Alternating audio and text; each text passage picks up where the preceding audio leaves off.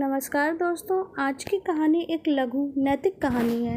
एक लड़का अपने बूढ़े दादा के पास गया और पूछा, दादाजी, क्या आप मुझे कोई नैतिक शिक्षा वाली कहानी सुना सकते हैं? बूढ़े दादाजी ने एक पल के लिए सोचा, फिर अपना गला साफ किया और उनसे कहा कि बैठ जाओ, जो कहानी सुनानी है उसे सुनाता हूँ। एक सारा नाम की अंधी लड़की थी। उसके माता पिता उसी कार दुर्घटना में मारे गए थे जिसमें एक एक्सीडेंट में जिसकी आंखें गई थी। तभी वो छोटी लड़की उसी समय अंधी हो चुकी थी। उसकी दादी उसे गांव लेकर गई और उसका पालन पोषण करने लगी। सारा का कोई भी दोस्त नहीं था। उसकी एकमात्र साथी उसकी एक छड़ी थी। उसकी छड़ी ने उसके लिए बहुत मदद की थी। इससे उसे अपने परिवेश में घूमने और किसी पर निर्भर हुए बिना जगह जगह जाने में मदद मिलती थी। चाहे कुछ भी हो, इसने उसे कभी निराश नहीं किया था। जानबूझ के उसकी भावनाओं को ठेस नहीं पहुंचाई थी। उसकी छवि हमेशा छड़ी उसे मुस्कुराने पे बाध्य कर देती थी। सारा के बड़े होने पर एक अमीर सुंदर आदमी सारा के प्यार में पड़ गया और उससे शादी करने का फैसला करता है।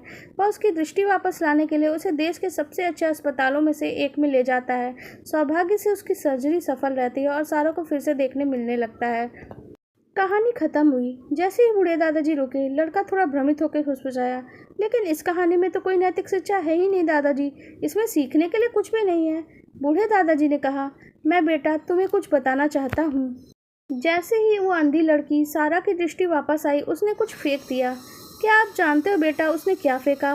लड़के ने एक पल सोचा, फिर अपना सिर हिलाया और बुदबुदाया, मुझे नहीं पता, आप बताइए। बूढ़े दादाजी मुस्कुराए और बोले, उसने अपनी छड़ी फेंक दी। वह छड़ी जिसने जीवन भर उसकी मदद की थी, उसकी एकमात्र साथी, सिर्फ इसलिए कि उसकी दृष्टि वापस आ गई।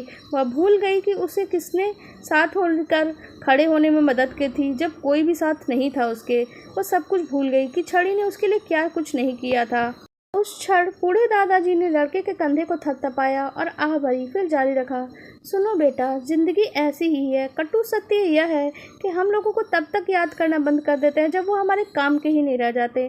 जो सबसे आम गलती हम करते हैं वह है लोगों को भूल जाते हैं जो हमारे साथ खड़े थे उस वक्त, जब हमारी मदद करते थे, जब हमारे पास खराब समय चल रहा होता था। उनके कार्य, उनके बलिदान उल्लेखनीय होते हैं।